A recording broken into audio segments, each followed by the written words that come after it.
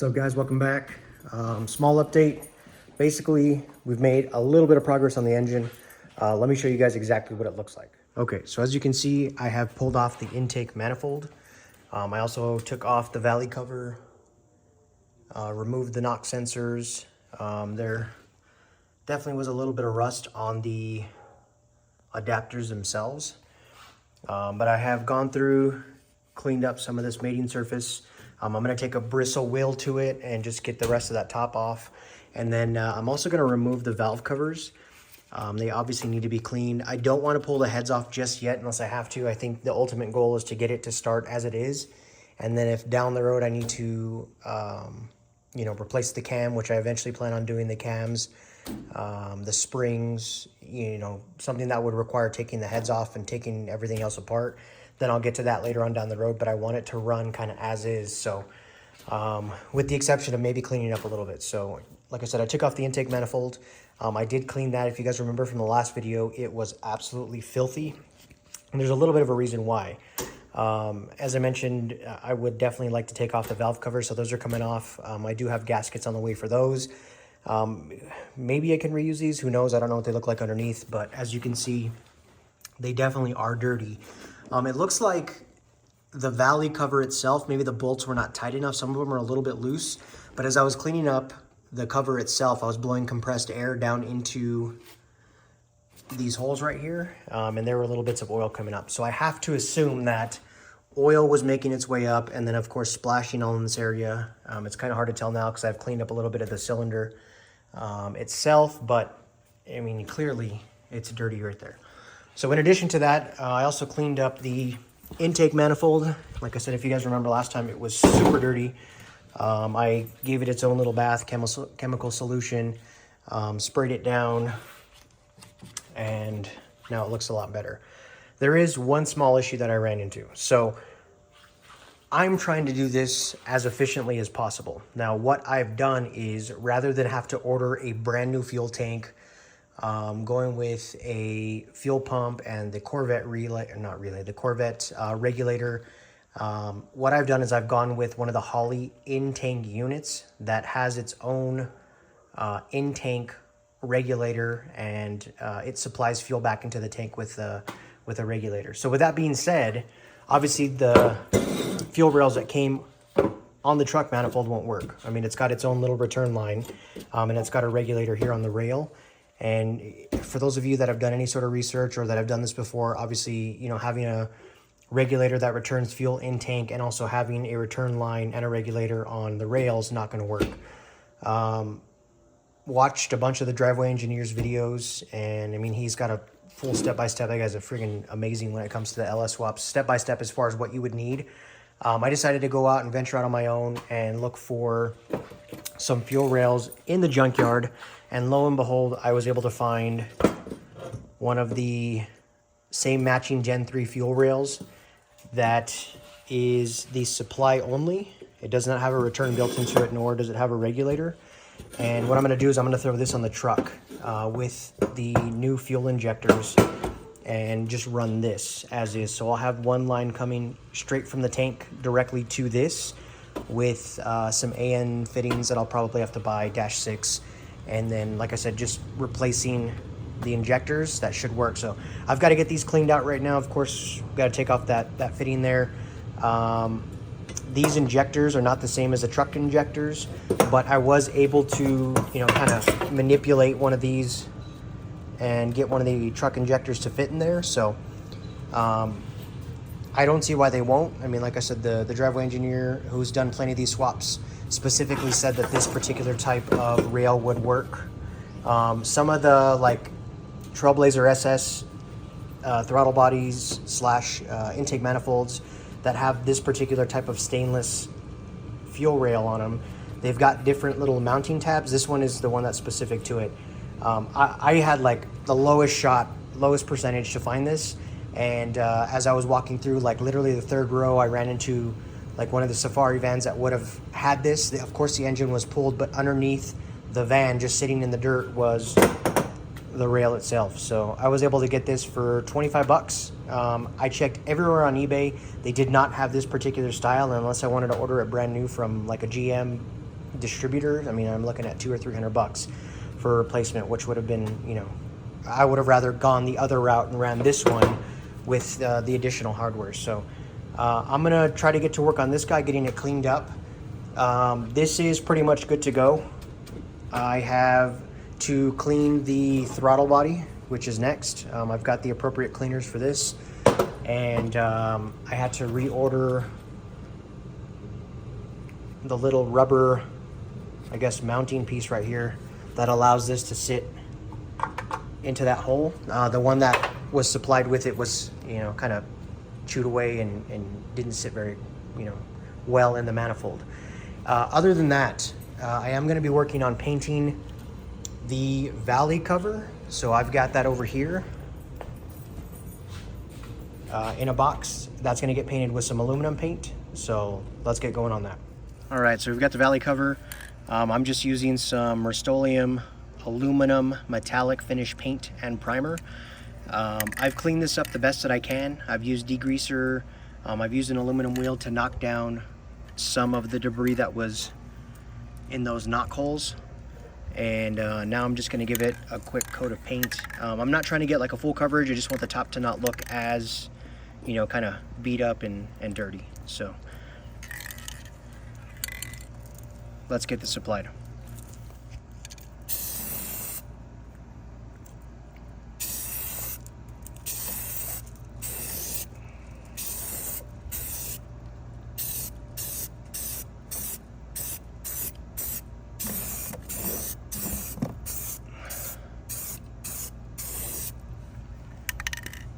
Let that first coat dry, and then we'll come back, hit it again. All right, so while that paint's drying, I think the next thing that I'm gonna do, since I have not seen anything on this engine run, or I don't know what works and what doesn't work, I've taken out the bolts to the alternator. I'm probably going to take this to like an AutoZone, O'Reilly's parts store in general, just to make sure that it does work. If it does, great. I'll slap it back on here, clean it up a little bit, and we'll run it. If it doesn't, then I'll have to order a replacement one.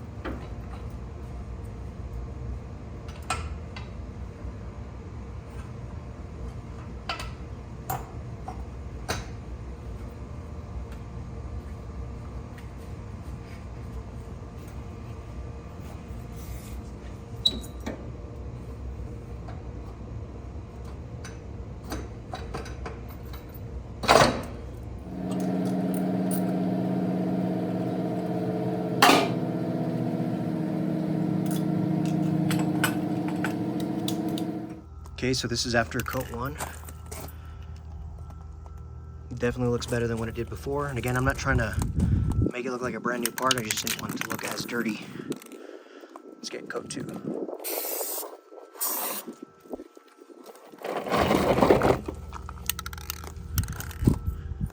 Down.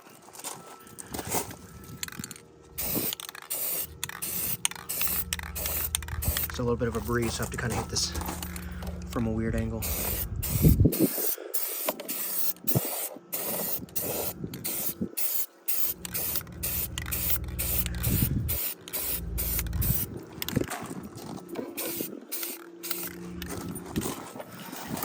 make sure to get the front.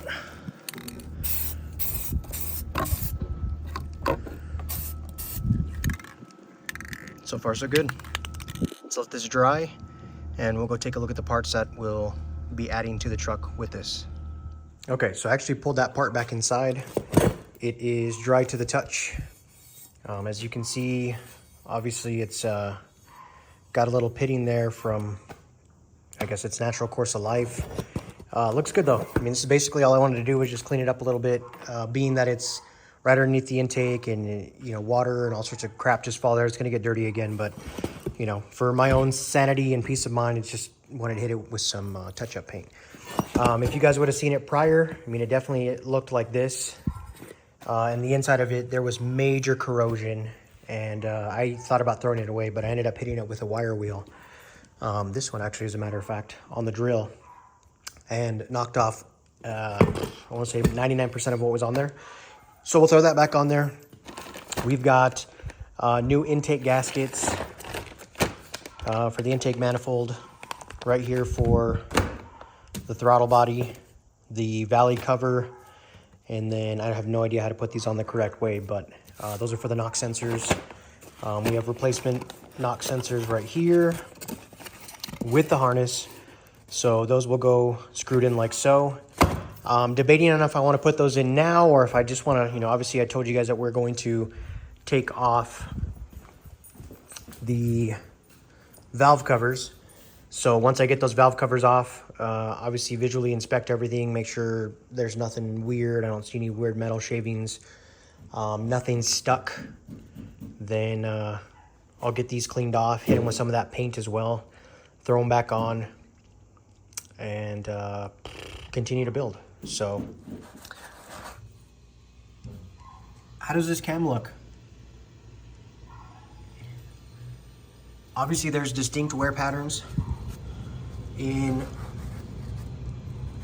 some of these cams. I ran my finger along it and I'm not feeling any grooves, nothing that I can catch on. It's just, it's got wear, which is normal from what I understand for a high mileage engine. This is just by the look of it. I mean, I don't see a ton of oil all over the engine, and let me just shake that out. I don't see any telltale signs that make me believe that this thing was, run to the brink of death. But the first time I cracked that open and I saw the wear of the cam, made me think that I should probably consult somebody who has seen more of these than I have. Again, there are no grooves, there's no lips, no fingernails get caught on the cam itself. It's just, it's worn down like that. It's my understanding that you probably want to check at the peak lift of the lobe to see if it's getting worn down in that particular area, because that's where most of the pressure is being applied. I have not done that, and I assume if I just rotate the rotating assembly and I get it up to that point, I can check it. But I'm gonna go back to what I said initially at the beginning of the video. I'm just gonna build it, put it back together, run it, and we're gonna see what happens. If something major happens, or if it's not running correctly, then we'll replace the cam down the road. But I wanted to give you guys a shot of it. You guys let me know what you think, and we'll kind of go from there. Horrible quality, sorry. Again, I don't feel anything. It feels fairly smooth on the shiny parts.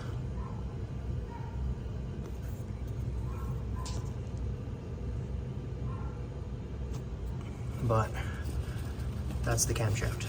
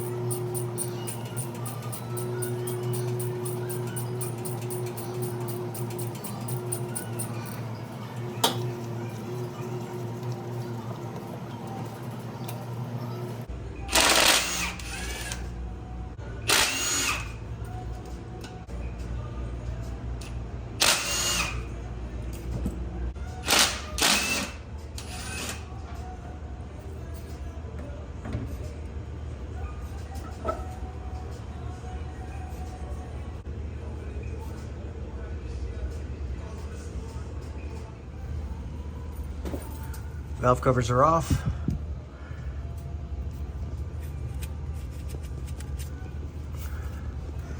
This is what you're seeing.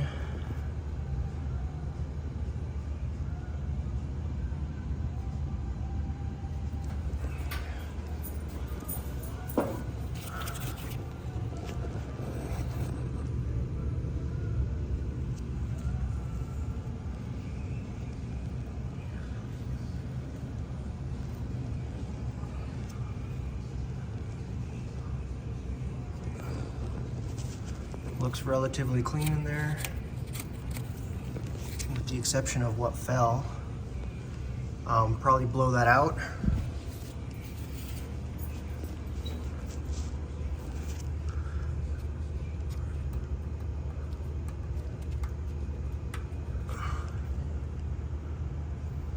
not too bad. So let's go ahead and get these soaking in some degreaser and some Dawn dish soap. Get them cleaned off, dried, and then we'll see if we can get them painted. All right, so I've got both valve covers, the oil fill neck, and then the valve cover bolts in this little wash container. I'm just gonna spray them down with some mean green. Once it's been sitting for a little bit, then I'll go ahead and do some Dawn soap and water, give them a scrub, and then we're gonna let them sit out in the sun. So let's get these sprayed.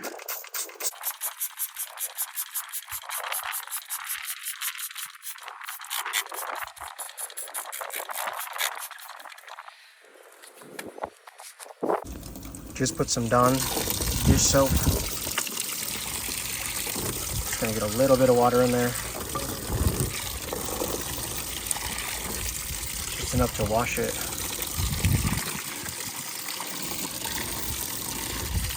That should be good. All right, so this is about 15 minutes of scrubbing. One of them is about 95% clean. I'm gonna hit it with a wire wheel and get it painted. And then the other one, as you can see, it's just been sitting soaking, trying to get some liquid into that grime. So best case scenario, I've been using a flat-headed screwdriver to kind of knock down whatever's been embedded to it, scrubbing it with a piece of steel wool or just something that's coarse, and just working on it. So it's gonna take a little bit of time.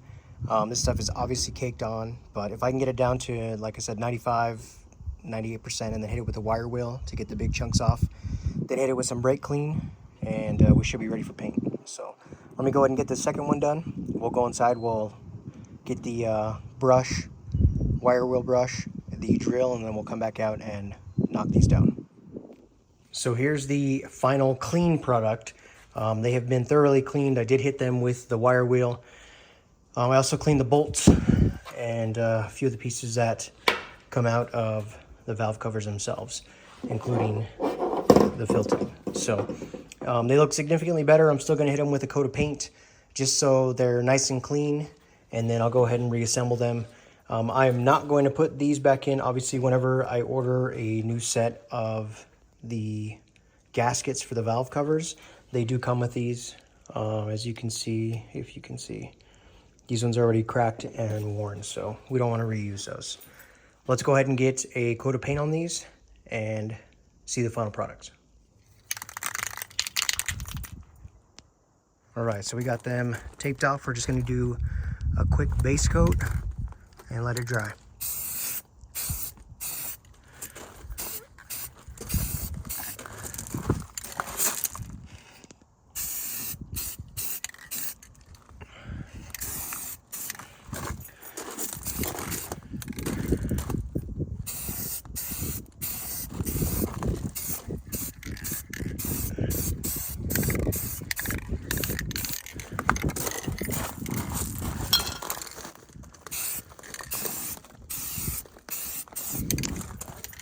Cool.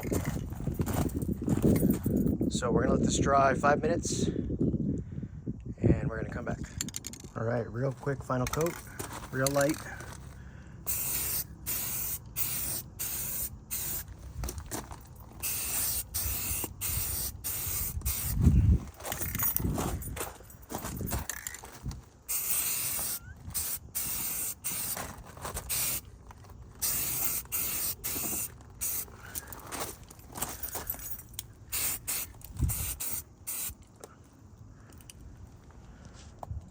That should be it.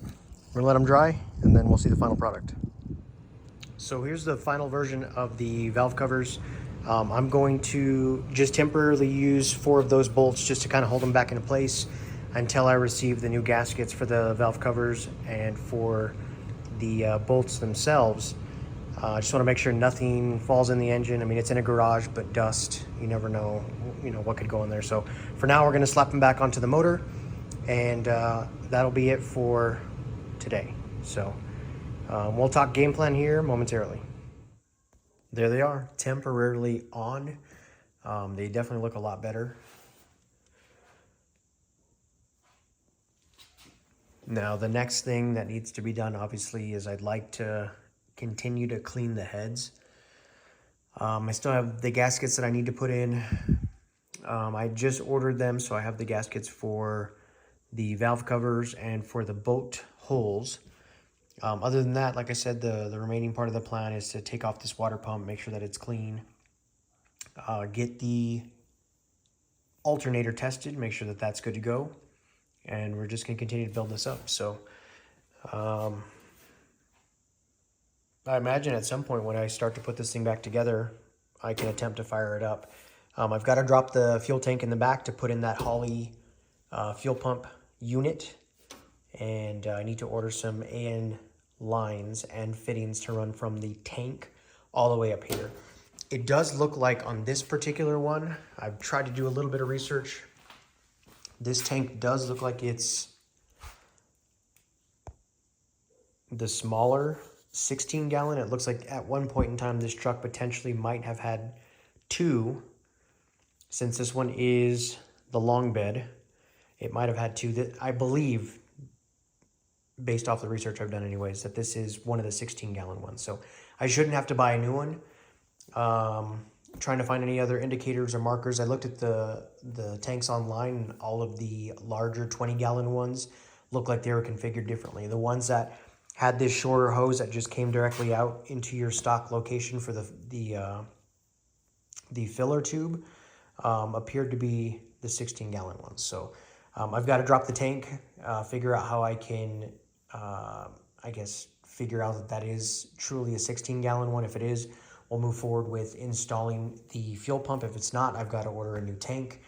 So if there's any markings or indications that you guys know of that you can inform me of, let me know, and we'll try to make this go a little bit quicker. But in the meantime, let's continue to build this engine up. I've got the wiring harness right here, which will eventually, once we get everything bolted up the way that it needs to, we'll go into the truck, and then from there it is 3 wires that we need to connect to get this thing running, essentially. I did order the ECU. I do have it, and it was already flashed, so VATS is turned off. I deleted a few other items so that we don't have to worry about check engine lights coming on. So little by little we'll get there, but let's continue to stay tuned, and we'll work on this little by little, and I'll update you guys as we move along. So that's it for now. Thanks again for watching. This is Fahrenheit Motorsports. You guys take it easy.